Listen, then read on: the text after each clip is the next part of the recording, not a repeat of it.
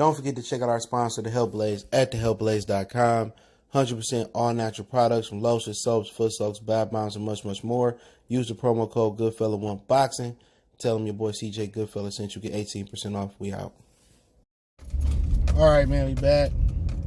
Goodfella Sports TV in the building. Appreciate everybody for tapping in. And Gilbert Arenas told a funny story on Slam, NBA Slam, and I linked that source in the descriptions right here on YouTube. I think he said around the 130 minute mark.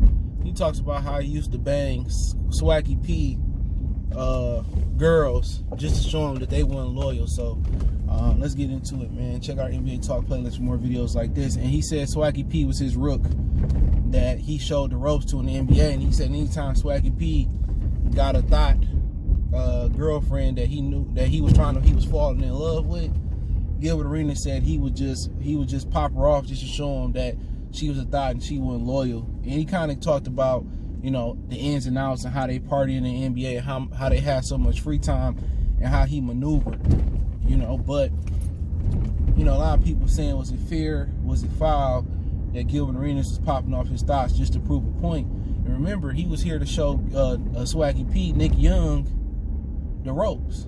That's what it's about.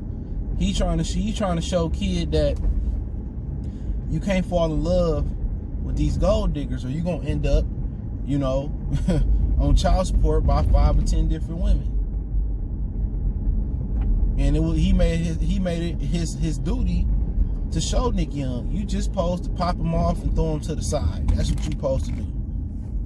You know, and Nick Young didn't understand that, and probably till Gilbert Arenas kept fucking his hoes. Let's just keep it 100. And it's different because in college it's different. You know, you running through them. You know, he went to USC. When you get to the NBA, these ain't college women no more. You got grown women, and now you got these Instagram thoughts out here too for these young dudes that, you know, that everything, they got a fat ass and got some tits, no matter if it's real or fake. They falling for it. So imagine you got the baddest groupies and you in motherfucking Orlando, and you a rookie. You ain't even seen shit this bad.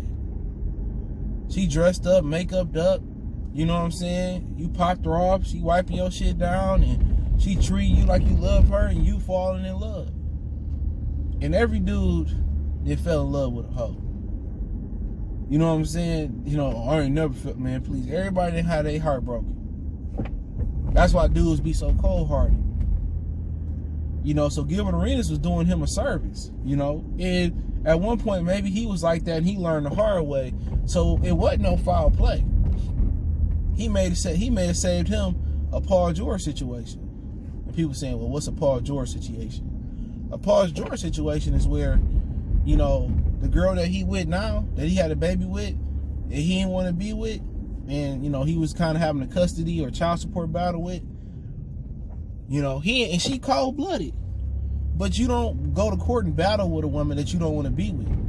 Eventually, he found out it was cheaper to keep her. That's what happened. So Paul George was stuck with a woman that he truly didn't want. But instead of, you know, you losing money and all that, he just kept her. He probably looking like she cold-blooded, she a bad chick and all that, I'm just going to keep her. So Paul, you know, Paul George was going through a custody war with old girl. He was going through child support. He just kept her. He probably still moved like he moved, but he just keep her at the crib, you know, so he ain't got to, it'd be split up, or he can see his son every day and all that, and he ain't got to go through that scoring baby mama situation and all that shit. So, you know, Nick Young probably was saved from those situations by, you know, Gilbert Arenas. So, you know, I think it was fair play. I think it truly was fair play. So, with it being fair play, I mean, you can't knock him, dude. It was his job as a vet to show him the ropes. And he basically, you know, was being sarcastic about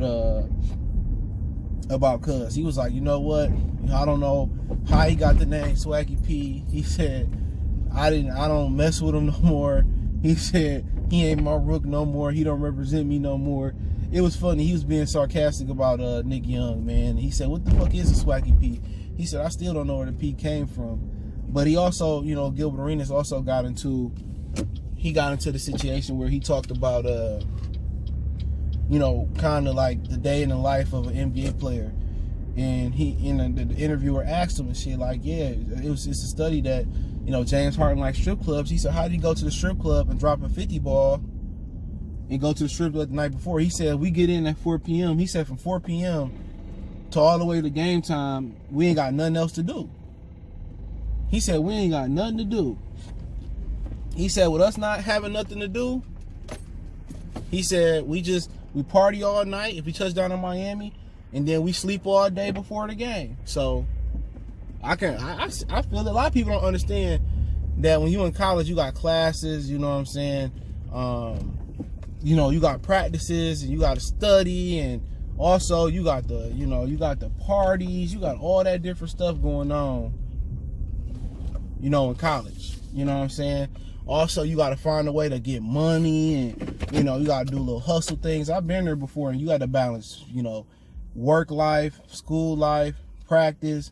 You know, you got to balance all that. Then you got personal relationships that you got to balance. You basically seeing, you know, the girl or girls you messing with at the same time every day.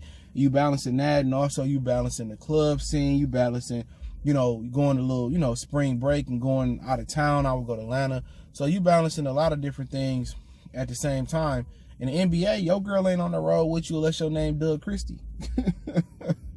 You know, you ain't balancing none of that. You ain't got to worry about a job. Your job is hooping. So he basically said they went to the club and they get it in and they sleep all day and they get ready for the game. So he also said that he will make his rookies bring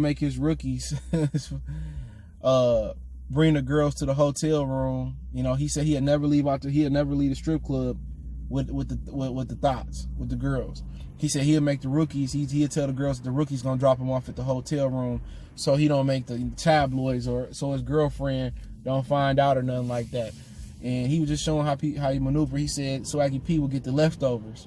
He said if it was a loose end, and him, Andre Blatch, and whoever else got a girl, you know, had a girl, then, you know, and all the girls took it up. It was one left.